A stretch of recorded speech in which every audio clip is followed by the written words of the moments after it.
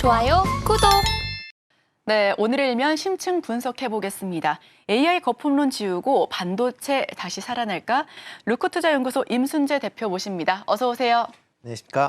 네, 간밤에 M7 기업들은 일제히 상승 흐름을 보여줬습니다. 나스닥도 올랐고요. 오늘 우리 시장도 어떻게 오픈될지 기대가 큰데 사실 최근 가장 큰 이슈는 AI 거품론이었습니다. 이미 정점에 올라선 것 아니냐 하는 그런 우려감도 많이 커졌었는데 이 우려 이번 기회에 좀 지울 수 있을까요? 헤드라인 풀어주시죠. 네, 뭐 AI 관련된 여러 가지 이제 기대감으로 인해서 반도체 관련주들이 큰 폭으로 상승을 했습니다. 그랬다가 최근에 다시 이제 AI에 대해서 이런 기대감이 조금 이제 줄어들면서 전반적으로 주가가 좀 조정을 받았다라고 보시면 될 것 같고요. 특히 이제 지지난주였죠. 갑자기 이제 지난주였죠. 지난주 월요일 날 급락을 하면서 이런 AI 반도체에 대한 그런 우려감이 좀 확산이 됐던 측면도 분명히 있습니다. 그렇지만 그 낙폭이 좀 과한 거 아니냐라는 좀 개인적인 좀 생각을 해보고 있고요. 특히 이제 뭐 AI 관련된 기업들이 관련된 수익성이 아직 그 AI를 통해서 높아지지 않고 있기 때문에 이런 수익성에 대한 부진이 지속이 된다라고 하게 되면 관련된 AI 투자가 줄어들지 않겠느냐라는 그런 우려감이 커진 것도 사실입니다. 그렇지만 뒤집어 생각하면 AI 시장이 아직 도래하지 않은 상황에서 벌써 그러한 이제 우려감이 나왔다라는 거 하는 거는 그만큼 이제 주가가 좀 많이 올랐었다라는 내용인 거고요. 뭐 주가는 올랐다라고는 뭐 이런 우려감은 있지만 AI 시장이 확대된다라는 거에 대해서는 별 크다는 이견이 없다라고 보시면 될 것 같습니다. 특히 뭐 전일 필라델피아 반도체 지수 같은 경우도 지금 4.8% 이상 올랐거든요. 그러니까 그만큼 그동안 이제 AI에 대한 우려로 낙폭이 컸었다라는 거에 대한 반발 매수가 다시 들어오고 있다라고 보시는 게 좀 맞지 않을까라는 생각을 해보고 있고요. 특히 이제 빅테크 기업들이 이제 AI에 대한 투자라는 부분이 지금 단순하게 지금의 영업 실적을 갖고 투자한다라기보다는 향후 10년, 15년 이후에 회사의 전망을 지금 미리 선투자하고 있다라는 개념으로 접근하셔야 될 걸로 보여지고요. 만약 AI에 대한 투자를 주춤거리거나 아니면 조금 AI 투자가 소홀히 된다라고 하게 되면 향후에 AI 시장에서 회사의 그 존폐가 아마 갈라질 수 있다라는 그런 우려감도 있기 때문에 AI 투자에 대한 부분은 향후에도 계속 크게 확대될 것이다라는 건 확실하지 않을까라는 생각을 해보고 있습니다. 이와 더불어 이제 반도체 관련된 부분은 AI뿐만 아니라 기존의 레거시 제품에 대한 시장에 대한 수요도 지금 증가하고 있는 그런 상황입니다. 지금 삼성전자나 SK 하이닉스나 모두 3분기에 그 기업용 이제 서버용 D램과 그다음에 고성능 SSD램의 고정 가격을 이제 인상했다라고 지금 얘기가 나오고 있습니다. 현물 가격은 최근에 주춤거리고 있는 그런 모습이지만 고정 가격 같은 경우는 계속 상승을 하고 있다라고 보시면 될 것 같고요.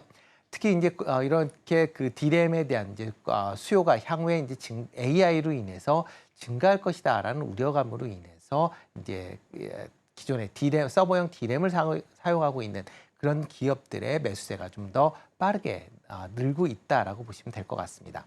특히 이제 아까 설명해도 HBM 관련돼서도 얘기를 많이 하시는데요. HBM 같은 경우에는 기존의 D램을 생산을 하고 이거를 적층하는, 그러니까 여러 단으로 쌓는 그런 구조다라고 보시면 될 것 같고요.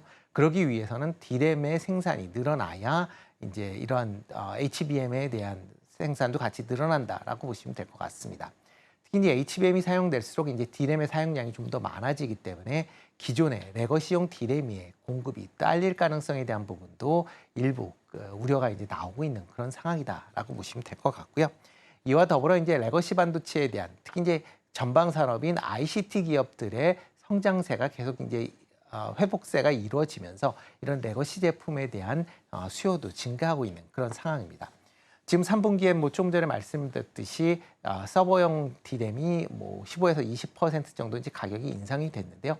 그 외에 다른 제품, 일반 PC 제품도 3에서 8% 정도 인상이 될 것이다라고 지금 얘기를 하고 있습니다. 이런 인상 추세는 단순히 3분기에서 끝나는 게 아니라 4분기 그리고 내년까지도 이어질 가능성은 충분히 있는 그런 상황이다라고 보면 최근에 이제 반도체 관련된 기업들이 전반적으로 조정을 받고 있는 그런 상황이지만 업황 개선을 측면에서 본다라고 하게 되면 내년까지는 주가 측면에서 상당히 좀 긍정적으로 작용할 가능성은 있다라고 보여지고요. 이에 따라서 최근에 이제 주가가 좀 조정을 받고 있는데 만약 낙폭이 확대가 된다라고 하게 되면 저점, 분할 매수 관점에서 접근을 해보셔도 충분히 가능하지 않을까라는 생각을 해보고 있습니다. 네, 세계 디램 매출 2분기 24.8%나 급증을 했습니다. 삼성과 SK하이닉스의 HBM 서버 디램 가격은 최대 20% 인상하겠다라는 소식까지도 함께 전해왔으니까요. 하반기 이 부분 함께 체크해 보시면 좋을 것 같습니다.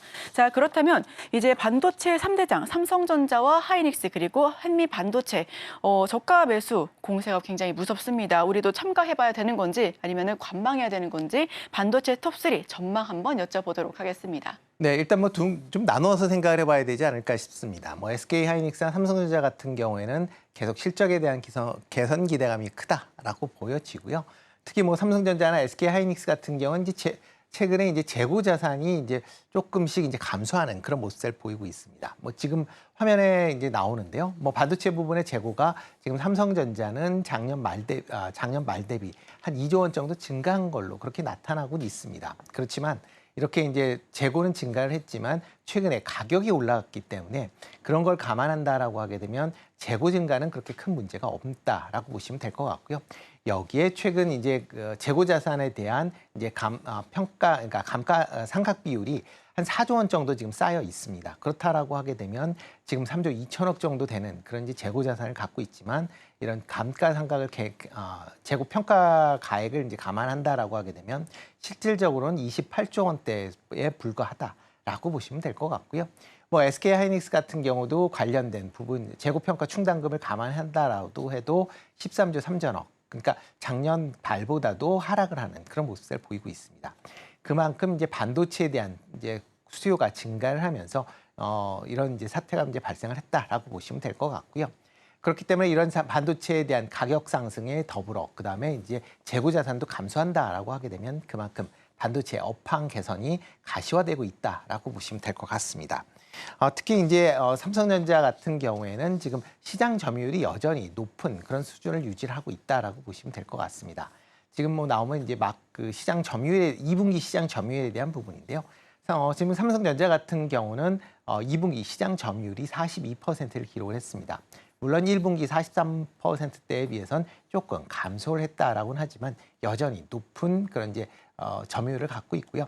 특히 SK하이닉스 같은 경우는 HBM의 생산량이 증가를 하면서 점유율이 31.1%에서 34.5%로 증가하는 그런 모습을 보이고 있습니다. 그만큼 반도체의 높은 점유율로 인해서 반도체 가격의 상승이 이루어진다라고 하게 되면 국내 업체들의 실적 측면에서 보면 상당히 긍정적으로 영향을 미칠 수 있다라고 보여지고요. 개별 기업 단으로 본다라고 해도 삼성전자 같은 경우는 현재 HBM 시장에서 지금 업계 2위, 그다음에 30%대 후반대의 시장 점유율을 갖고 있습니다.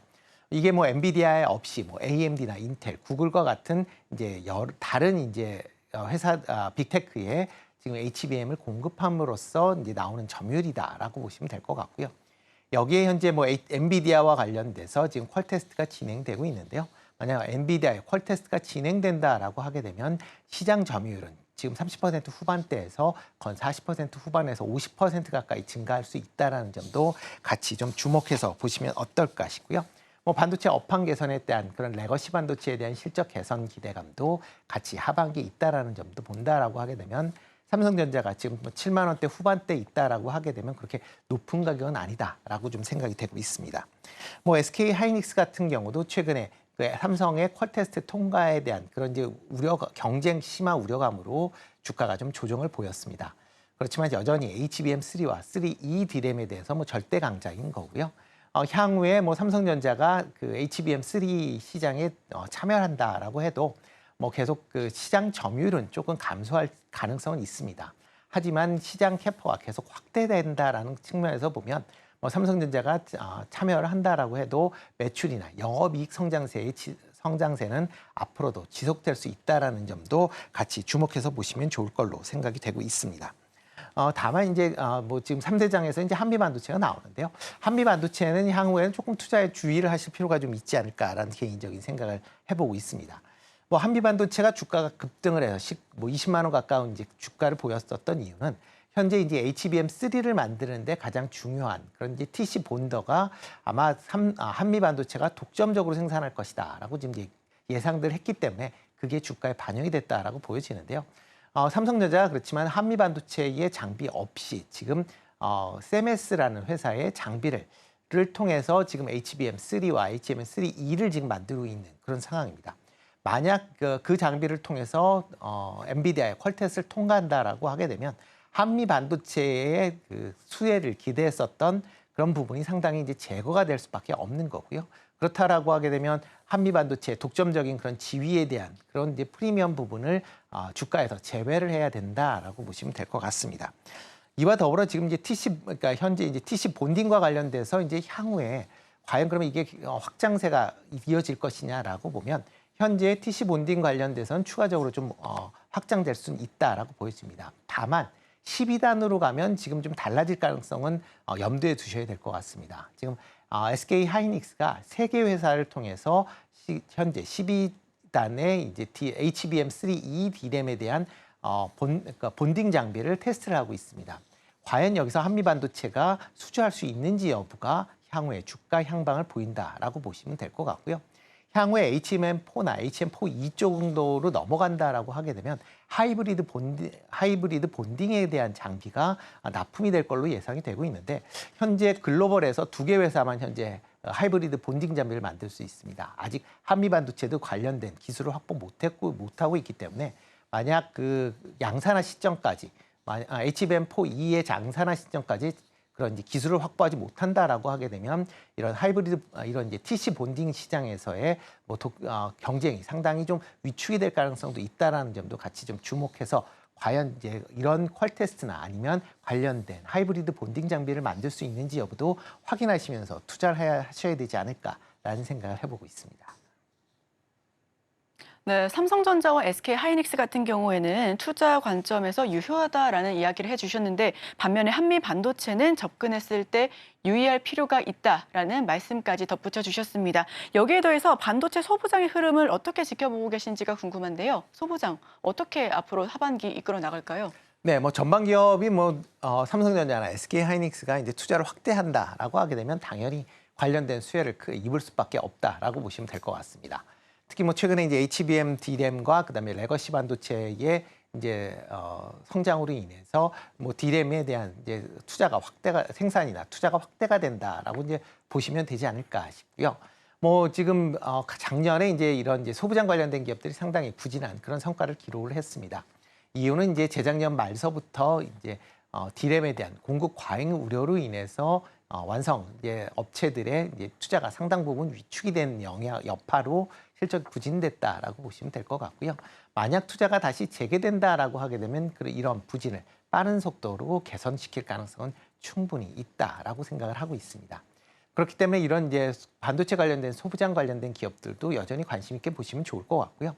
특히 반도체 소부장 기업들이 이런 완성 업체에 비해서 상대적으로 시가총액이 크질 않습니다. 그렇기 때문에 어느 정도 일정한 수급이 올린다라고 하게 되면 그만큼 주가의 탄력성은 대형주보다는 좀 더 강하게 일어날 가능성은 충분히 있다라고 보여지고요.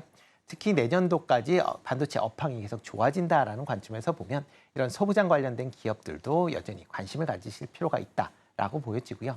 만약 이제 소부장 관련된 기업을 관심을 갖는다라고 하게 되면 지금 현재 상황으로는 이제 투자가 좀 더 활발하게 진행되고 있는 삼성전자 밸류체인에 있는 기업 중심으로 조금 더 관심 있게 보시면 어떨까라는 생각을 해보고 있습니다. 네, 특히나 다음 주 엔비디아 실적 발표 대기 중입니다. 실적이 나와도 주가가 크게 상승하지 않을 가능성도 있는데요.